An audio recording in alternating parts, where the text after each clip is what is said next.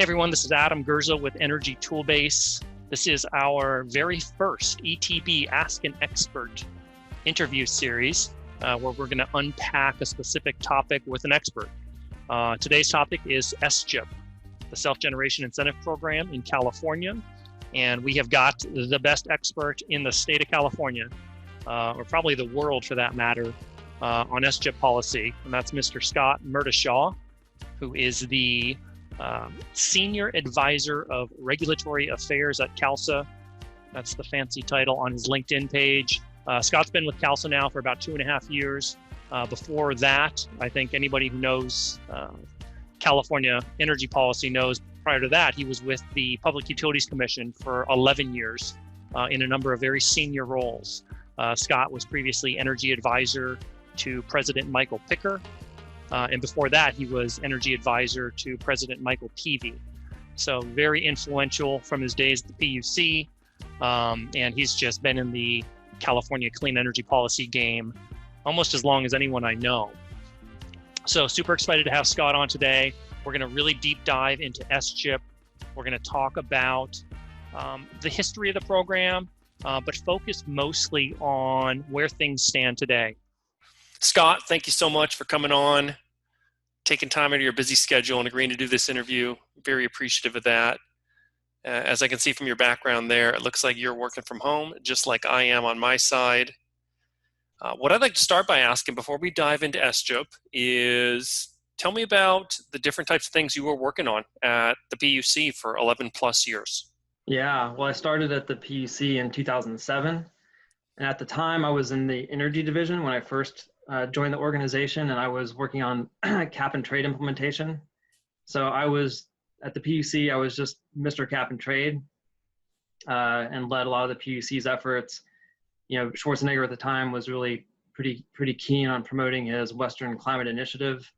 So I was meeting with representatives from other states and the Canadian provinces, designing the cap and trade program, figuring out how it would apply to the electricity sector, since that's the one sector in California's cap and trade where we do measure imports. It was pretty complicated, interesting topics, you know, a lot to digest, and brought up interstate trade issues and and the scope of California's authority to regulate those emissions. And so for about 3 years, I was deep into cap and trade, but because it necessarily touched on questions about what role does energy efficiency play in cap and trade, and how is it either recognized or compensated, and interactions between the RPS program and cap and trade. So I was already beginning to have my fingers in other pies, just because cap and trade is such a broad scope. And then in 2010, I became an advisor to President Peavy. And as part of that transition, the portfolio of the proceedings that I took responsibility for when I started working for him included what at the time was just the omnibus distributed generation proceedings. So it included CSI, it included everything related to NIM policy, and it included SGIP. And then I also was responsible for handling any rate cases in our office. And then a smattering of other things. I also worked on community choice energy policy for most of the years, excuse me, that I was there. But so starting in 2010, that's when I became involved with SGIP. And the big topic at the time, one of them was, should standalone storage even be eligible? Because it wasn't at the time. There was a little carve out for storage paired with solar. There was a brief period where, due to some misguided legislator, SGIP was only open to wind and fuel cells for a little while. Interesting. So in 2010 and 2011, it was wide open, and we had to figure out how to integrate storage into the program.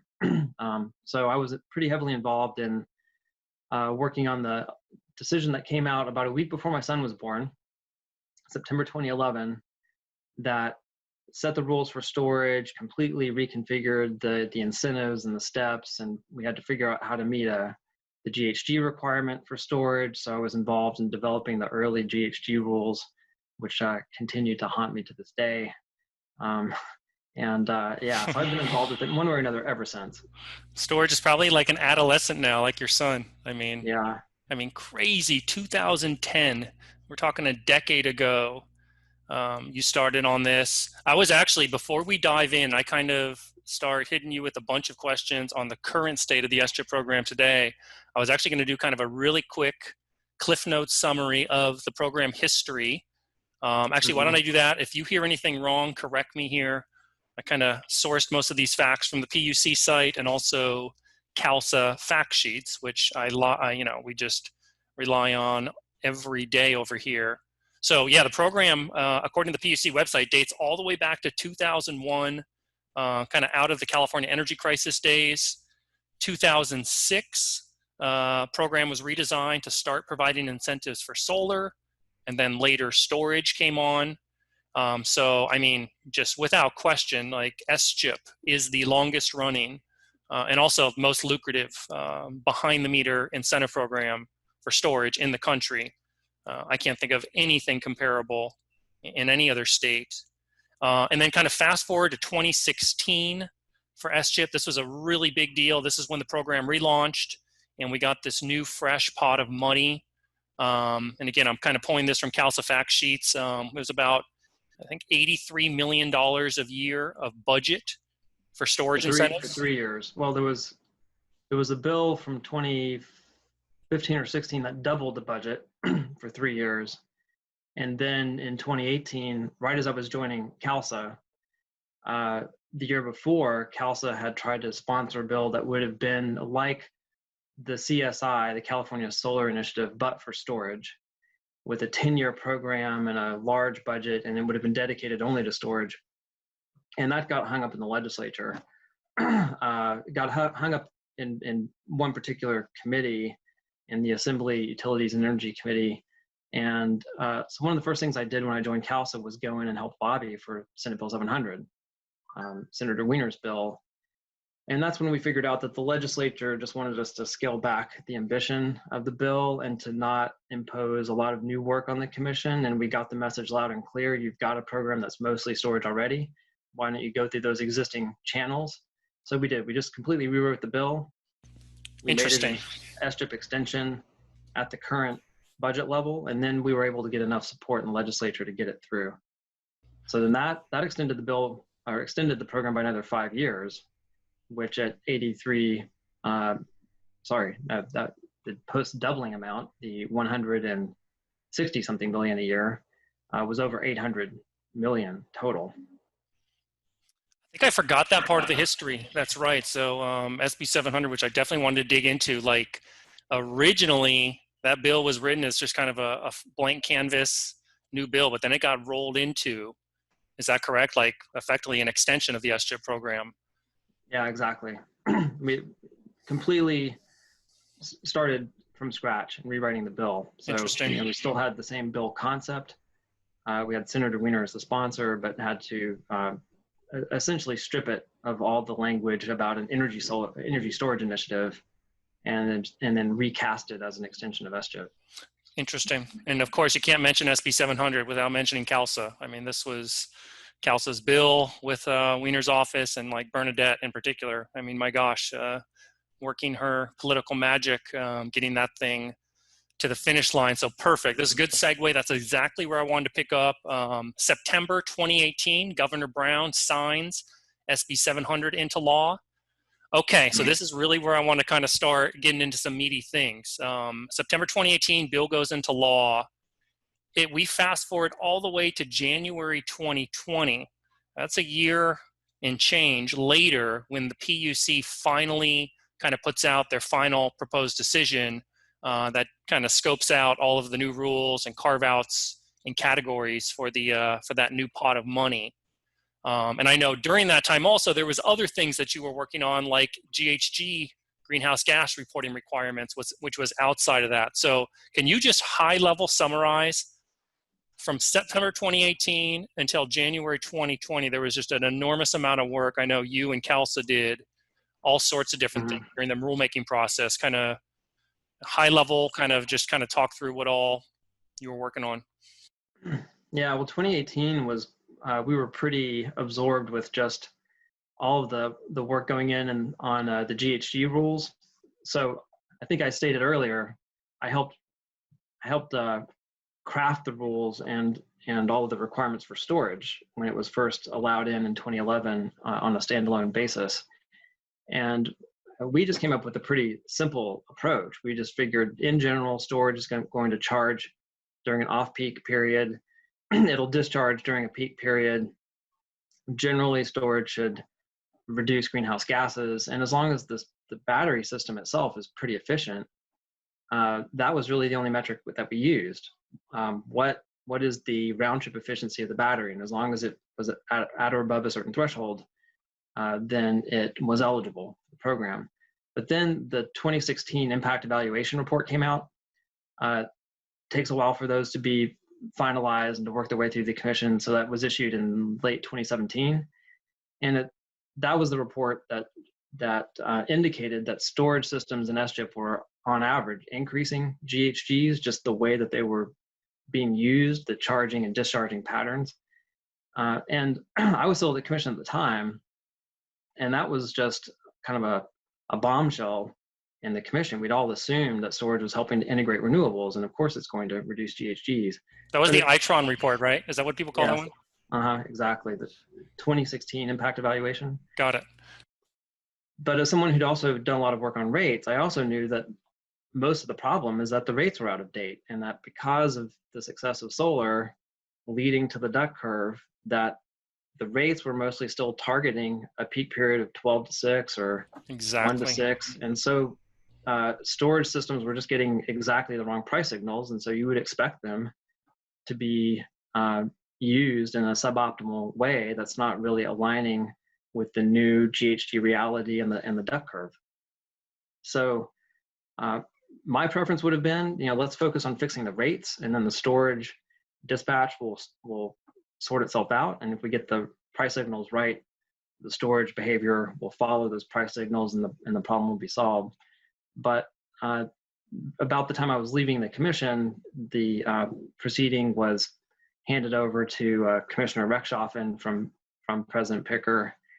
And I think he and other people in the commission just felt like they wanted much more assurance that if storage was going to get these pretty hefty incentives from the program, right, we needed to know, and there needed to be strong penalties for noncompliance. We needed to know that they would reduce GHGs, which is, to be fair, that's a legislative requirement that's in the statute. So we were pretty involved in working on the GHG rules, and there was just an enormous amount of analysis that went into that. A working group was formed.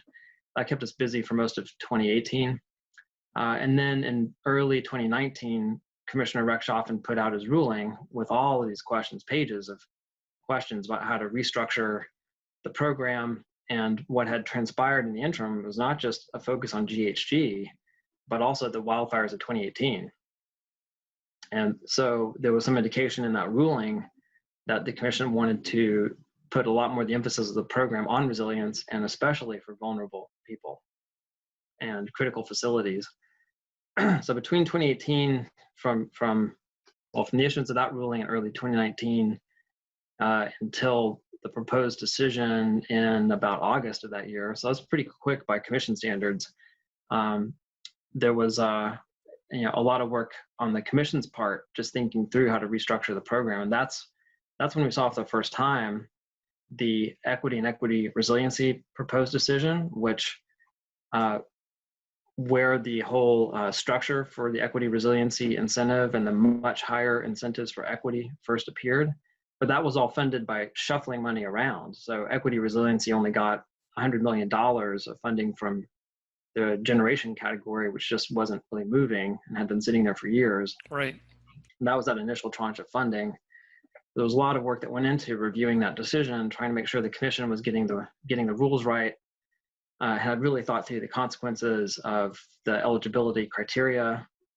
And from that point, it's just been nonstop, because to implement the decision, you've always got to have these other filings called advice letters that the program administrators submit with all the details and the revisions to the handbook and the application portal. So we had to follow that closely. Then the commission comes out with a proposed decision in December of last year to implement Senate Bill 700, which made some tweaks to the equity and equity resiliency programs, but also then had the proposals for allocating the $830 million And of course, we were happy to see that 675 million of that was going to go to storage, but 513 of the additional SB 700 money was going to equity resiliency. So we understood the concern, and we certainly support using some of that funding to help vulnerable customers in these high fire threat areas, but it also takes a lot of money away from the incentive categories like large scale or just the general market categories, which have much lower incentives, which are intended to achieve more market transformation, like the CSI. So we've been working very closely with the Commission and other stakeholders on the implementation of both of those decisions, the interplay between those decisions, and it's just been one series of advice letters after another ever since. And I think we'll talk a little bit about some of the other filings that have occurred, like a petition for modification that we submitted, as well as some filings from the California Energy Storage Alliance. Yeah, I really want to dig into that and kind of like that reshuffling, because I remember we had some heated debates on our CALSSA kind of storage subcommittees and on our policy committees when that January 2020 proposed decision dropped.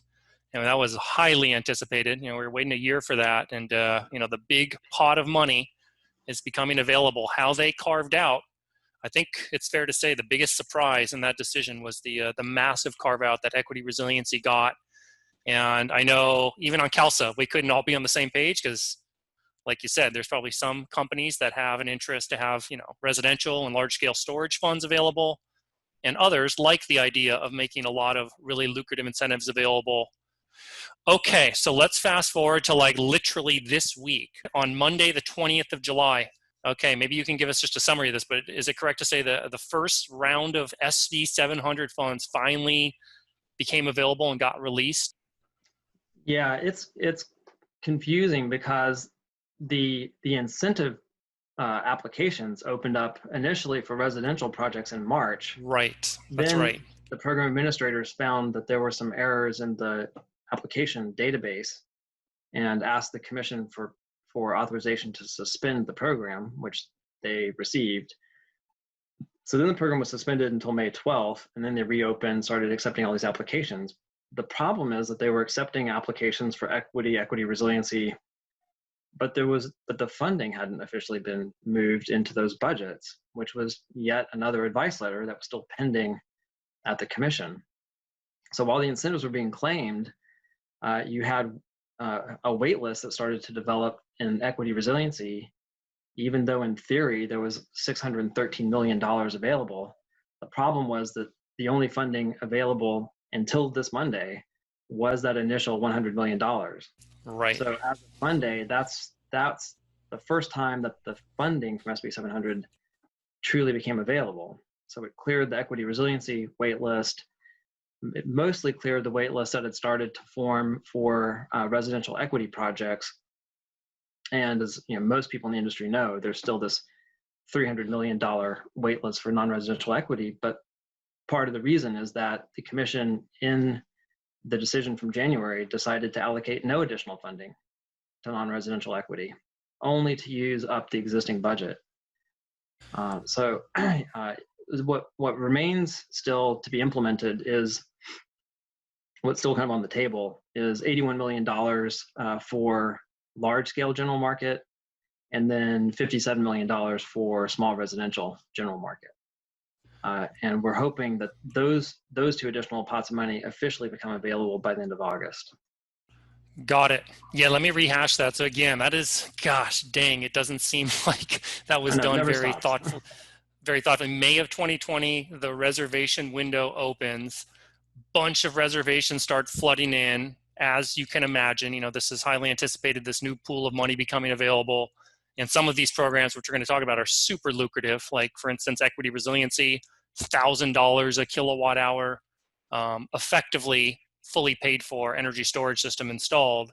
So there's definitely like imbalance between where, the demand is coming in. Like you said, the biggest one right now is the non-residential equity. And just to be clear, that is obviously non-residential commercial customers in, low income or disadvantaged communities. And this is a really lucrative incentive. This is $850 a kilowatt hour. And that was way oversubscribed, right? I think you just said 300 million in, actually, what's the number? So there was only 50 million allocated there, and we've seen about 300 million worth of reservations. Is that correct? Well, 350 million or so worth of reservations, because the $50 million is all claimed. And now you've got a $300 million wait list on top of that. So way oversubscribed on the non-residential equity bucket. Clearly a ton of demand there. Back to equity resiliency, which is the category that got the biggest pot of money. I think the number was, again, $613 million total. And right now, I believe the recent CALSSA email/fact sheet said, I think we saw somewhere about almost $100 million of reservations there. Is that roughly correct? Well, the initial $100 million was all claimed. And then on top of that, a wait list of about another $100 million was starting to form and was cleared with the release of the additional funding on Monday. Got it. So I think where things stand now, we're probably looking at around $400 million, maybe less, left in that budget. This is a perfect segue, Scott. Let's talk about CESA, California Energy Storage Associations or Alliance. I'm sorry. Thank you. Petition for modification. Basically, there's a bunch of people calling for like, hey, there's a bunch of money sitting out there, unclaimed. It's not being used. And like, look over here. We have all these projects on the wait list that are ready to get funded, are ready to be installed.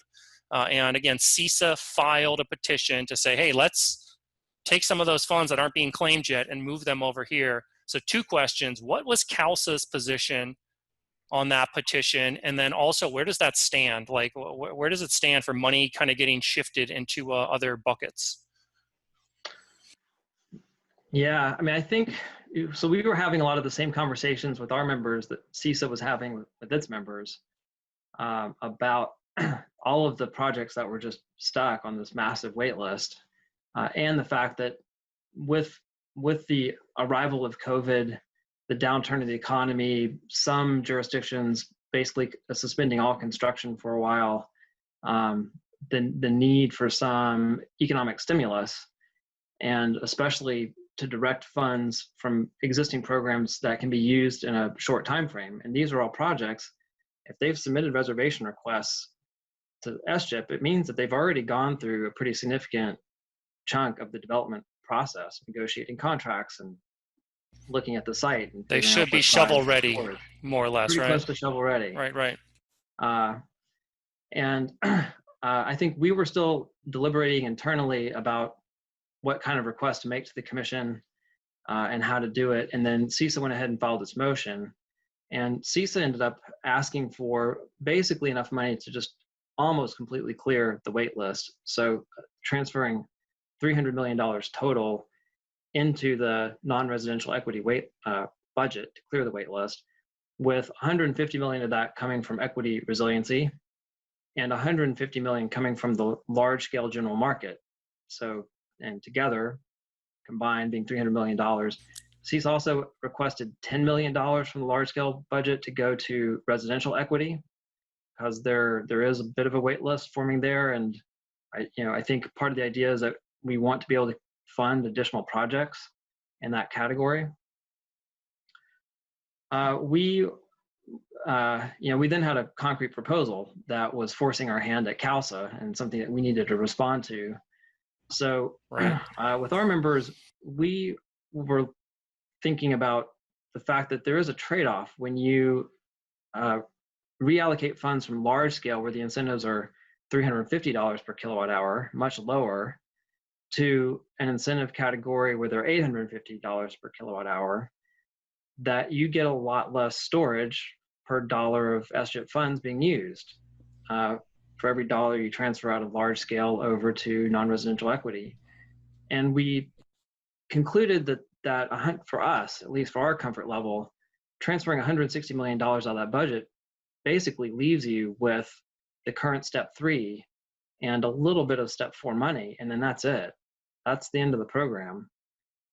And we just decided we weren't comfortable with that. It sacrifices too much of the long-term market transformation goal of the program. Sure. So our counter proposal to the commission, which we filed in a response to CESA's motion, was to move quite a bit less money total. So $100 million from large scale to the non-residential equity, $80 million from equity resiliency to non-residential equity. So a total of $180 million. It still means $120 million worth of projects would just have to sit on the wait list. And then $20 million from equity resiliency to residential equity. So for a total of $200 million instead of CESA's 310.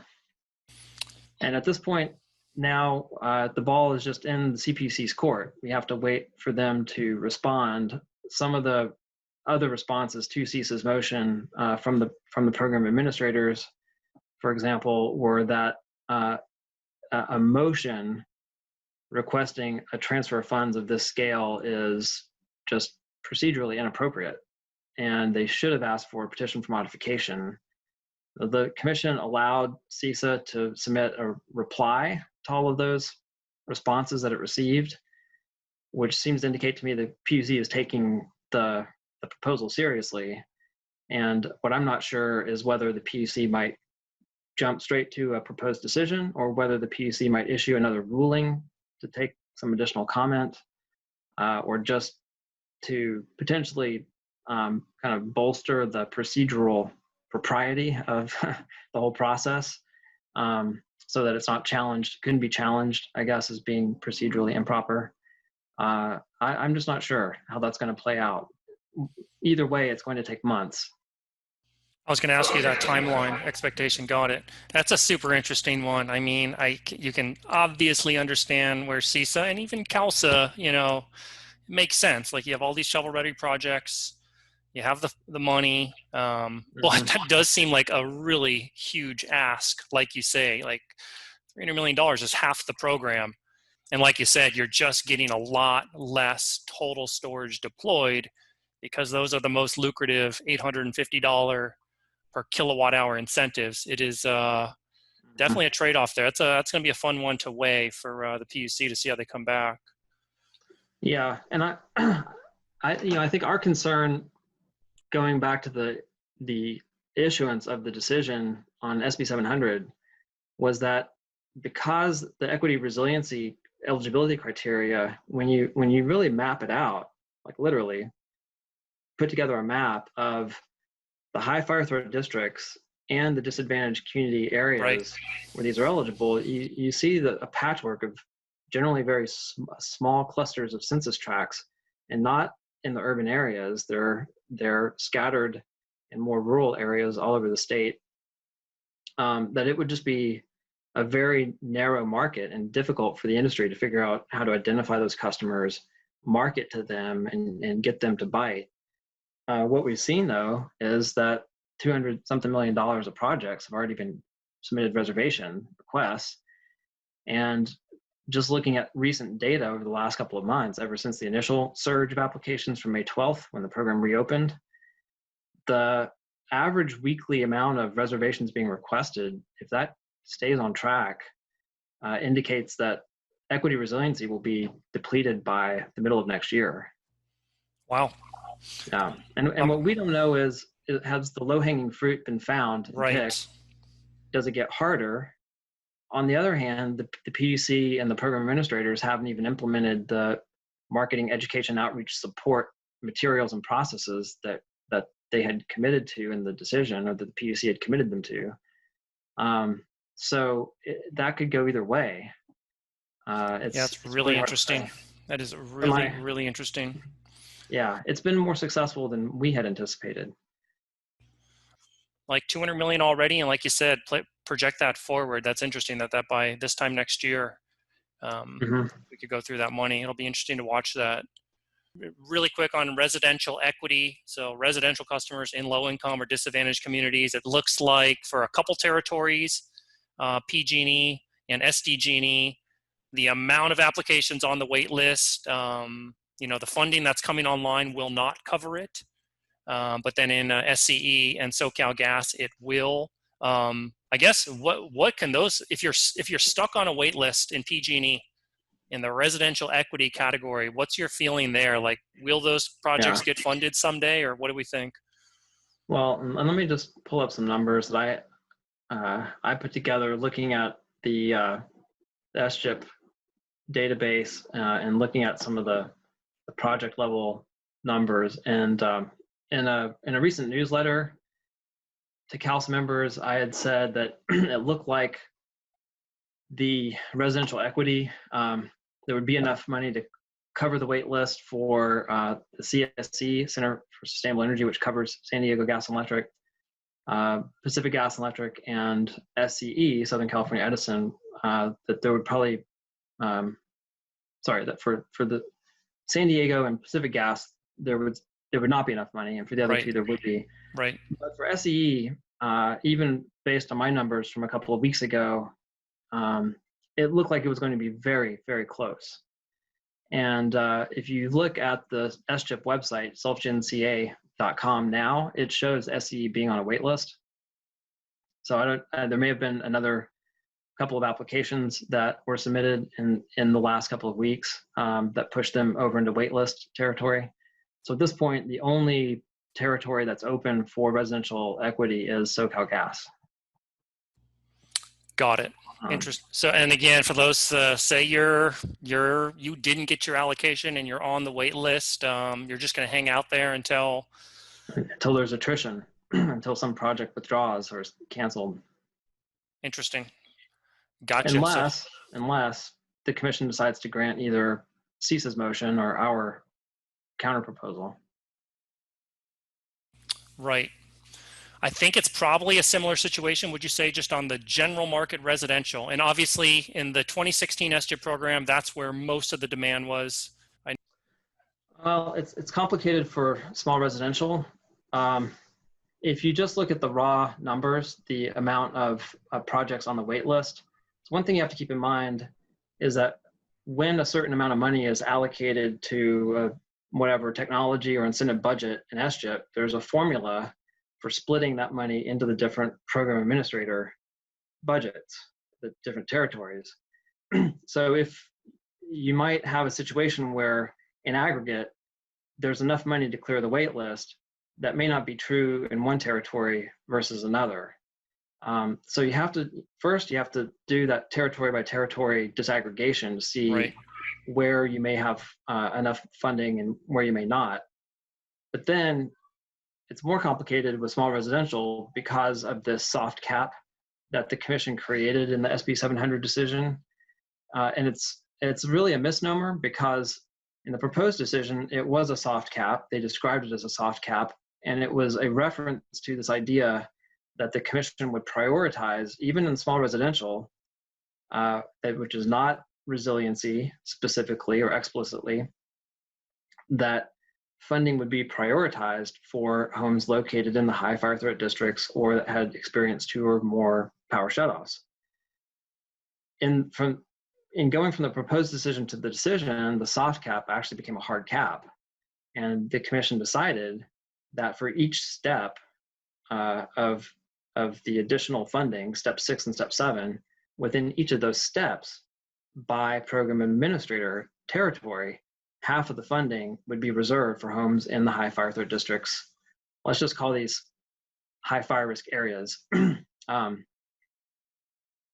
the way that is operationalized is that if a given program administrator receives a certain number of applications and the number of applications from non-high fire risk areas is greater than half of the budget, the program administrator has to stop accepting the applications until the other half of the budget from high fire risk areas is accounted for. And then they can move to step 7. So while there is enough funding going to step 6 to cover each program administrator's wait list, the one caveat is for SDG&E, for PG&E, of the $28 or so million total that will be going to step 6, PG&E will get about 12.5, but only half of that is available to the general market, not restricted to these specific high fire risk areas. If you look at the wait list, you can't determine how much of the wait list is from a high fire risk area or not. There is enough in on PG&E's wait list that if that is all from non-high fire risk areas, there will not be enough funding because it exceeds half of step 6. So depending on the balance between applications from high fire risk areas and those that are not high fire risk areas, there may or may not be enough funding right out of the gate for step 6. Got it. I think I followed all that. My gosh. It's complicated. It's crazy complicated just for this one narrow bucket category. It's crazy. It's very, man, I got to tell you, it's maybe representative of the broader SGIP program and rollout. It's just like, I followed everything you said there, but that is definitely pretty nuanced. Yeah. I mean, so in other words, for PG&E, you've got about $6.25 million that's unrestricted, and any small residential customer can use it anywhere in PG&E's territory, and half that's restricted to high fire risk areas.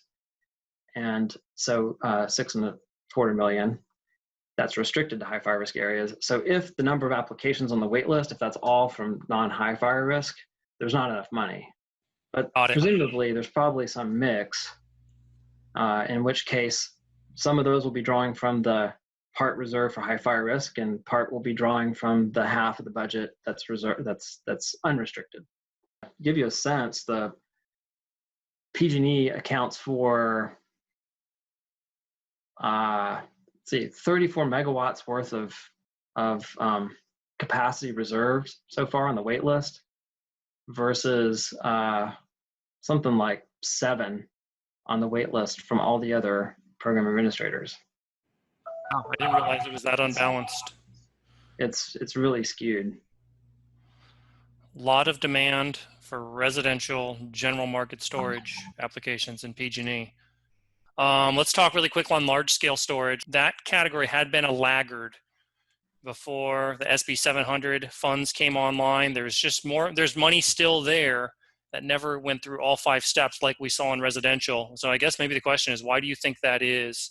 Yeah, well, I think a lot of the small residential storage that's being sold is it is about having resilience largely. I mean, there are some early adopters who just like the idea of the technology. Yeah. But as you've talked about in some of the CALSSA sponsored trainings, as a financial incentive, there's just not that much of a reward to installing storage for residential customers. And for non-residential, a lot of the early movement in the market was for demand charge management. I think if you had some facilities that had particularly spiky usage patterns, they were good targets for adopting storage to manage their demand charges. And at the current levels, at $350 per kilowatt hour, it's just not enough. That plus the bill savings just doesn't pencil out for enough projects, or at least the return isn't high enough to motivate very many customers to really sign the contracts and move forward. What could change that, or at least help spur, I think, more uptake in that category, is once the resiliency adder becomes available. So that'll be another $150 that you can add to whatever the current step is. And that would be restricted, though, to critical facilities like the hospitals, the jails, the nursing homes, food banks, these kinds of critical facilities as defined by the PUC that are in the high fire risk areas, but they don't serve any low-income customers, any low-income communities. As long as they serve at least one disadvantaged or low-income census tract, that's all it takes to be eligible for the $1 or $1,000 per kilowatt hour equity resiliency incentive. But if you're in an area where you just can't document that you have any low-income census tracts that you serve as a critical facility, you can tap into this resiliency adder.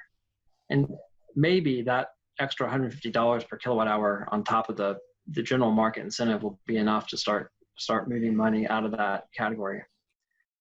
Like the small residential incentive, that's also in this regulatory limbo. And so we hope that the resiliency adder will finally be available at the end of August. One little clarification that we got, I don't think we talked about the petition for modification that CALSSA filed, and that was recently approved just last week by the PUC. So couple big changes that we got out of that petition for modification.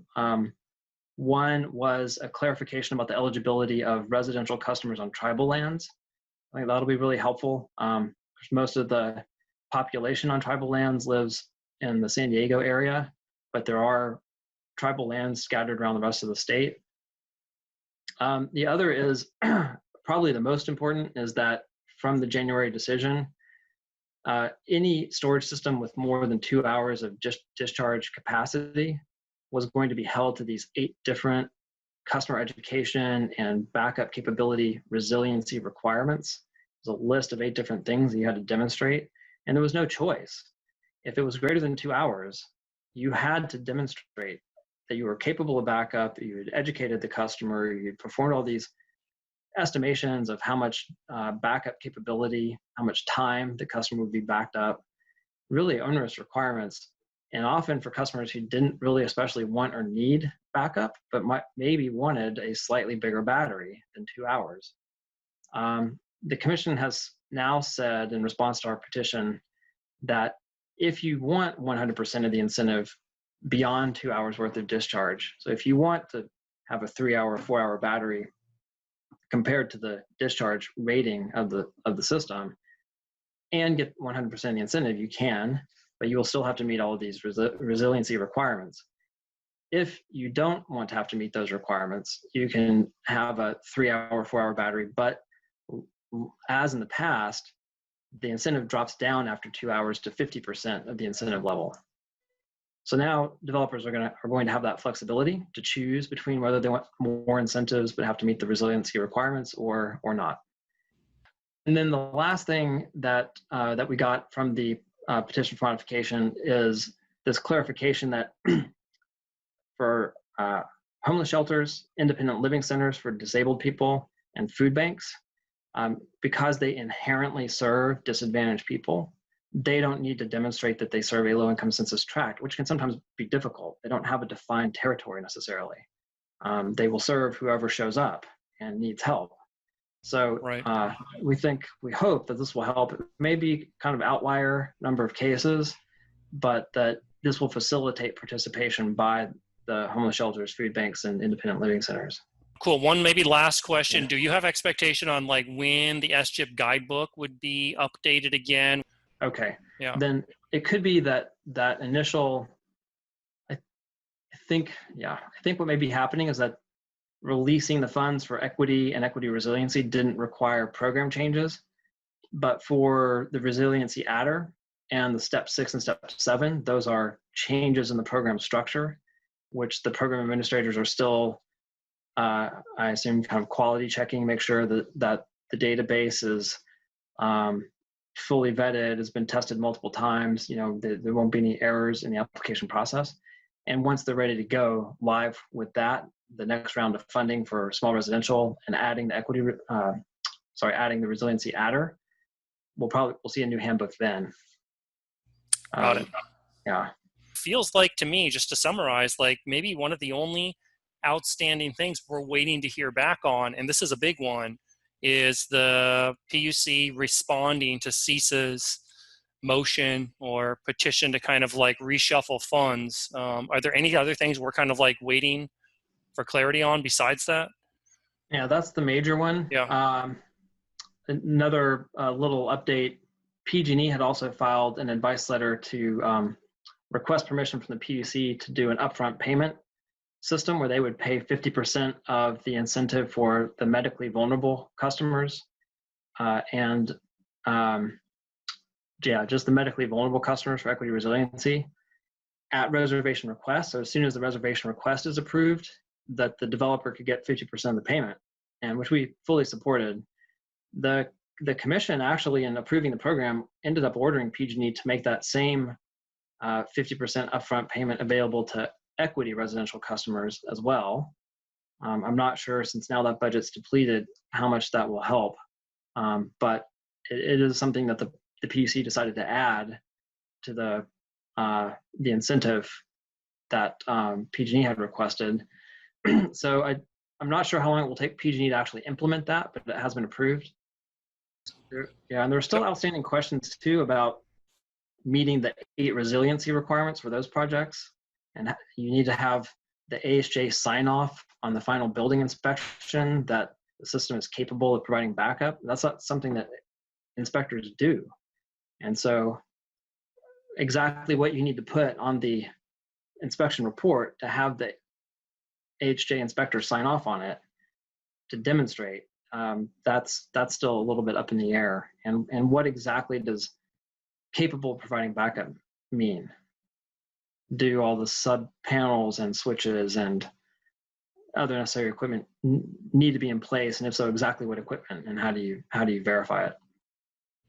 Sounds like another fun one. All right. Very last question, Scott. Man, serious question. Are you absolutely exhausted on SGIP? I mean, going back 10 years in your last year of your life, I mean, with all of these really nitty-gritty issues, my gosh, hopefully this is kind of nearing its end for you. I hope, once some of these last remaining issues get resolved. Yeah, no, I am. To answer your question, yeah. bluntly, I am a little tired of SGIP. I would be happy if we could just resolve some of these last outstanding questions once and for all, and we needed no more modifications or anything else. That would make me very happy. It's been fun to work on it though, and just with all my history, it's important to me personally to try to make sure that we get the program design right, and that it's usable. It's not so overwhelming in its complexity that it shuts newer players out of the market because they're just too daunted by it and the learning curve is too steep. So we've done our best, I think, to provide useful comments to PUC, and I think it's been worth my time and energy to try to make sure that happens. So it's been worthwhile. Yeah, I mean, I can't give it a big enough plug to CALSSA and you and Brad and the team. I mean, not only that, but just disseminating good information to the market, like developers and salespeople. My gosh, it's been a lot to keep track of. And this is just a good chance to do the plug. I mean, if you're not already a CALSSA member and you're listening to this, I mean, you have to step up to the plate and, become one and pay your dues. And then I bet you most of the people that are listening to this are already CALSSA members, like Energy Toolbase, and we need to continue supporting through, all the fundraisers. And we just did the auction and the donation, and you guys are just doing any number of things on events and webinars. So can't thank you guys enough. Yeah, the SGIP fact sheets. Also, I want to give a really quick plug to the SGIP Dash tool. That's available on the members only section of the CALSSA site. Shout out to my buddy Michael Bishop. Know Michael a long time. It's a really slick tool.